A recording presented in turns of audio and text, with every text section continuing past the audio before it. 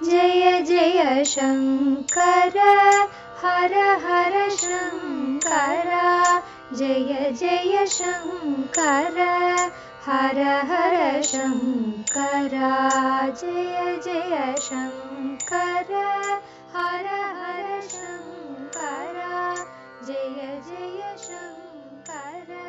மங்களாரம்பம் தெய்வத்தின் குரல் 6ஆம் பாகம் 16 பெற்று பெருவாழ்வு வாதாபி கணபதி சரித்திர விவரங்கள் தொடர்கிறது. க்ஷாத்திரத்தை மனசார தீர்த்து கொள்வதற்கு வாய்ப்பாக காஞ்சிபுரம் சளுக்கிய விக்ரமாதித்யனிடம் பிடிபட்டு விட்டது. வாதாபியை தரைமட்டமாக்கினதற்கு அவன் பழி தீர்த்து கொள்ள நல்ல சந்தர்ப்பம். சத்ரு வம்சம் கட்டிய முதல் கட்டிடக் கோவிலான கைலாசநாதர் ஆலயம். பின்குறிப்பு: இதற்கு முன் தமிழகத்தில் கருங்கல்லில் குடைவரை கோயில்களே இருந்தன. மேல் விவரங்கள் தெய்வத்தின் குரல் 4ஆம் பகுதியில் குருகுலம் கட்டிகாஸ்தானம் என்ற பேருரையில் கற்கோயிலின் தோற்றம் என்ற பிரிவில் பார்க்க.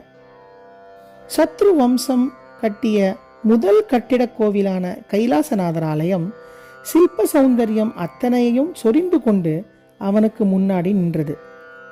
அவன் ஒரு ஹும் போட்டிருந்தால் சேனா வீரர்கள் அதை தூள் பண்ணியிருப்பார்கள். அப்படிப்பட்ட அந்த சமயத்தில்தான் அவனுக்கு ஆச்சரியமாக மனசு மாறிற்று. திடீரென்று அவன் ஏற்கனவே சிவமந்திர தீட்சை பெற்றிருந்ததால் அதன் விளைவாக சிவபக்தி தான் பெருக்கெடுத்ததோ அல்லது கலாரசிக உணர்ச்சி தான் பெருக்கெடுத்ததோ அல்லது இரண்டும் சேர்ந்து வந்ததோ கோவிலை தொடப்படாது என்று ஆக்ஞை பண்ணிவிட்டான். ஏதோ கல்லிலே செதுக்கி வைத்த சிற்பங்களிடம் மட்டும்தான் அவனுக்கு இப்படி நல்ல எண்ணம் வந்ததென்று இல்லை. சத்ரு பட்டணத்தில் ஜனங்கள் இருந்தார்களே, அவர்களிடமே நல்ல மனுஷாபிமானம் உண்டாகிவிட்டது. நாம் இந்த ஊரை எப்போது ஜெயித்தோமோ அப்போது இந்த ஊர்வாசிகள் நம் பிரஜைகளாகிவிட்டார்கள். நம்முடைய பிரஜைகளுக்கே நாம் ஹிம்சை கொடுப்பதா என்ற உசந்த நினைப்பு அவனுக்கு உண்டாயிற்று. அதனால் நெருப்பை வைத்து கொளுத்தி கதற கதற அடிப்பதற்கு நேர்மாறாக காஞ்சிபுர வாசிகளுக்கு யதேஷ்டமான தான தர்மங்கள் செய்தான். கைலாசநாதர் கோவிலுக்கு நிறைய செய்தான். புதுசாக புகுந்து கொள்ளையடிக்காமல் விட்டதோடு ஏற்கனவே கொள்ளையடித்திருந்ததையெல்லாம் கூட நிறைய போட்டு அந்த கோவிலுக்கு திருப்பி விட்டான். கைலாசநாதர் கோவிலுக்கு முன்னால் உள்ள மண்டபத்தின் தூண் ஒன்றிலேயே இந்த விவரங்களை அவன் கன்னடத்தில் பொறித்து வைத்திருக்கிறான். கலிங்க யுத்தத்திற்கு அப்புறம் அசோகர் மனசு மாறினது எல்லோருக்கும் தெரியும். அதோடு சேர்ந்து நினைக்கிற விதத்தில் இப்படி ஒன்று எனக்கு தெரிந்ததை சொன்னேன். கைலாசநாதர் கோவிலின் அழகில் சொக்கிய விக்ரமாதித்யன் அதை இருக்க விட்டது மட்டுமில்லை, அதற்கு ஜோடி சேர்க்கிற மாதிரி ஏறக்குறைய அதன் அச்சாகவே தன் ஊருக்கு திரும்பின பிறகு பட்டடக்கல்லில் விரூபாக்ஷர் கோவில் என்று கட்டினான். அதற்காக தமிழ்நாட்டு சிற்பிகளை மரியாதை பண்ணி அழைத்து கொண்டு போனான். வாதாபி, இப்போது பாதாமி என்று சொல்கிறார்கள்.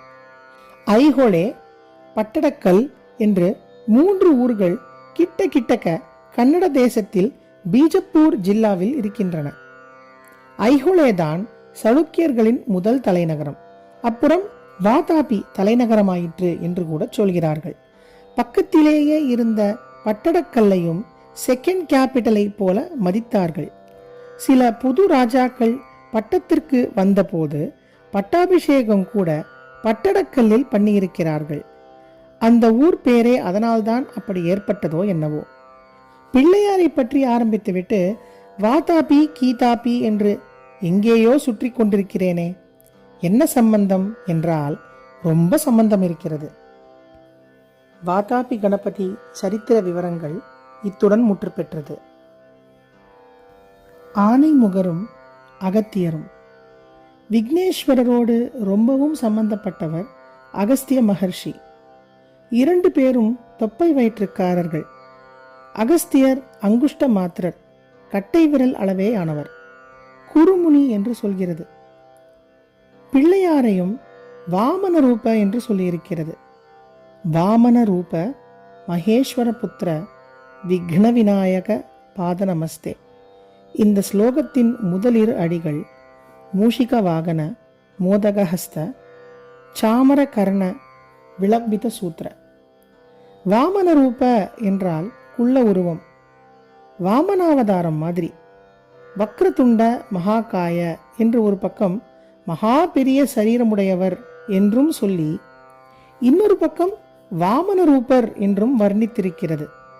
பெரிசு சிறிசு எல்லாம் அவர்தான், அணுவும் அவர்தான், அகிலாண்டமும் அவர்தான் என்று தாத்பரியம். அணுவுக்கணுவாய் அப்பாலுக்கு அப்பாலாய் என்று அவ்வை அகவலில் சொல்லியிருக்கிறாள். ஹம்பியில் பெருசு பெருசாக 2 விக்னேஸ்வர மூர்த்திகள், ஒன்று 10 அடி உயரம், இன்னொன்று 20 அடி உயரம் இருக்கும். இப்படி மகாகாயராக இருக்கிறவர்களுடைய பெயர்களோ நேர்மாறாக வாமன ரூபத்தை காட்டுவதாக இருக்கின்றன. 10 அடி பிள்ளையாருக்கு சசிவு கல்லு என்று பெயர். அப்படி என்றால் கடுகத்தனை அளவே ஆனவர் என்று அர்த்தம். 20 அடி பிள்ளையாருக்கு கடலை கல்லு என்று பெயர், கடலை பருப்பு அளவானவர் என்று அர்த்தம். இவருக்கு இத்தனை பெரிய விக்கிரகங்கள் இருக்கிறதே என்று நினைக்க வேண்டாம். வாஸ்தவத்தில் விஸ்வரூபியாக உள்ள அவருக்கு லைஃப் சைஸ் விக்கிரகம் பண்ணி எவராலும் ஆகாது. முடிந்த அளவுக்கு இங்கே பண்ணி வைத்திருக்கிறோம். அது அவருடைய நிஜமான ரூபத்தோடு ஒப்பிட்டால் கடுகத்தனை கடலையத்தனையாகத்தான் தெரியும் என்று அடக்கத்தோடு இப்படி பெயர் வைத்திருக்கிறார்கள். அகஸ்தியருக்கும் விக்னேஸ்வரருக்கும் சம்பந்தம் சொன்னேன். அகஸ்தியர் கமண்டலுவுக்குள் அடைத்து வைத்திருந்த காவேரியை காக்கா ரூபத்தில் வந்து கவித்துவிட்டு நதியாக ஓட பண்ணினவர் விக்னேஸ்வரர் தான்.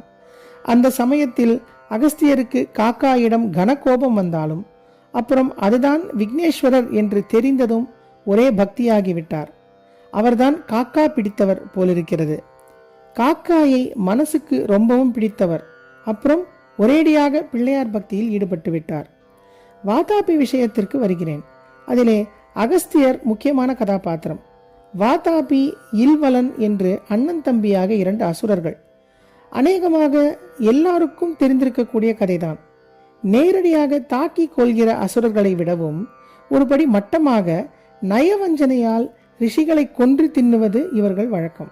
பொதுவாக நரமாம்சம் என்றால் அசுரர்களுக்கு ரொம்பவும் இஷ்டம். அதிலும் வேத மந்திரத்தில் ஊறிப்போய் பரம மதுரமாகிவிட்ட ரிஷி சரீரம் என்றால் அல்வா மாதிரி. அந்த அல்வா கிடைப்பதற்கு இந்த 2 பேரும் ஒரு நயவஞ்சனை செய்வார்கள்.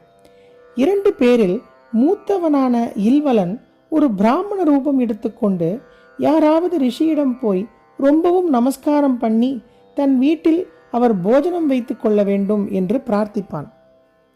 ரிஷியும் ஒப்புக்கொண்டு போவார். அவன் என்ன பண்ணியிருப்பான் என்றால், வாதாபியையே மாம்சம் என்று தெரிந்து கொள்ள முடியாத விதத்தில் கரியாக சமைத்து பரிமாறுவான். ரிஷிகள் அவசியமான சமயத்தில்தான் ஞான திருஷ்டியை பிரயோகிப்பார்கள். மற்ற சமயங்களில் சாதாரண ஜனங்கள் மாதிரித்தான் இருப்பார்கள். அசுர சூழ்ச்சி தெரியாமல் அவர்கள் வாதாபி கரியை சாப்பிட்டு விடுவார்கள். போஜனம் முடிந்த பின் அவர்களுக்கு இல்வலன் தாம்பூலாதிகள் கொடுத்து சிரம பரிகாரம் பண்ணிக்கொள்ள சொல்லிவிட்டு தம்பியை வாடா என்று கூப்பிடுவான். உடனே ரிஷி வயிற்றில் போஜ்ய பதார்த்த ரூபத்தில் இருக்கும் வாதாபி ஆடு ரூபம் எடுத்துக்கொண்டு கொம்பால் அவர் வயிற்றை கிழித்து கொன்றபடி வெளியே வருவான். அப்புறம் 2 பேரும் சந்தோஷமாக அந்த சரீரத்தை தின்று தீர்ப்பார்கள். அகஸ்தியருக்கும் இதே மாதிரி போஜன உபச்சாரம் பண்ணிவிட்டு, வாதாபி வாடா வெளியிலே என்று இல்வலன் கூப்பிட்டான். அவர் விக்னேஸ்வர ஸ்மரணையிலேயே இருந்து கொண்டிருப்பவர் அல்லவா. அதனாலே அசுரனுடைய கபடம் அவருக்கு புரியும்படியாக விக்னேஸ்வரர் அனுகிரகம் செய்துவிட்டார். இதற்கு மாற்று பண்ணுவதற்கான உபாயமும் ஸ்புரிக்கும்படி அனுகிரகித்து விட்டார்.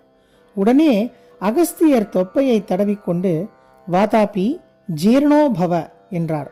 அசுரன் வெளியில் வர முடியாமல் அவர் வயிற்றுக்குள்ளேயே வைஸ்வானர அக்னியாயுள்ள பரமாத்மாவில் ஜீரணமாகிவிட்டான். அதை பார்த்து இல்வலன் பயந்து போய் அகஸ்தியரிடம் சரணாகதி பண்ணி பொன்னும் பொருளும் காணிக்கை கொடுத்தான் என்று ஒரு கதை. இன்னொரு கதைப்படி தம்பியை ஜீரணித்துக் கொண்டு விட்டாரே என்ற கோபத்தில் அவன் அவர் மேல் பாய்ந்தான். அவர் ஒரு தர்பையை அபிமந்திரித்து அவன் மேல் போட்டார். அது அஸ்திரமாகி அவனை வதைத்து விட்டது. தான் வாதாபியை ஜீரணித்து அதன் வழியாக லோகத்திற்கு நல்லது செய்யும்படி அனுகிரகித்த பிள்ளையாருக்கு அகஸ்தியர் பூஜைகள் பண்ணினார். அப்போது விக்னேஸ்வரர் இருந்த அவசரத்துக்கு, அதாவது திருக்கோலத்திற்கு வாதாபி கணபதி என்றே பெயர் வந்துவிட்டது. திருவாரூரில் அநேக கணபதி மூர்த்தங்கள் இருக்கின்றன. அங்கே வாதாபி கணபதியும் இருக்கிறார். தீக்ஷிதருடைய வாதாபி கணபதிம் பஜே கீர்த்தனை இவர் பேரிலேதான். பல பேர் தப்பாக திருச்செங்காட்டாங்குடி பிள்ளையார் பேரில் என்று நினைத்து கொண்டிருக்கிறார்கள். கீர்த்தனத்திலேயே மூலாதார க்ஷேத்திர ஸ்திதம் என்று வருகிறது. பிருத்வி ஸ்தலமான திருவாரூர் தான் மூலாதார க்ஷேத்திரம். அகஸ்தியர் க்ஷேத்ராடனம் பண்ணிக்கொண்டு திருவாரூர் வந்தபோது மூலாதார க்ஷேத்திரமான அங்கே வாதாபி கணபதியை பிரதிஷ்டை பண்ணிவிட்டார். அந்த சமாச்சாரம் இருக்கட்டும். ஜெய ஜெய சங்கர, ஹரஹர சங்கர, மகாபிரிவா சரணம்.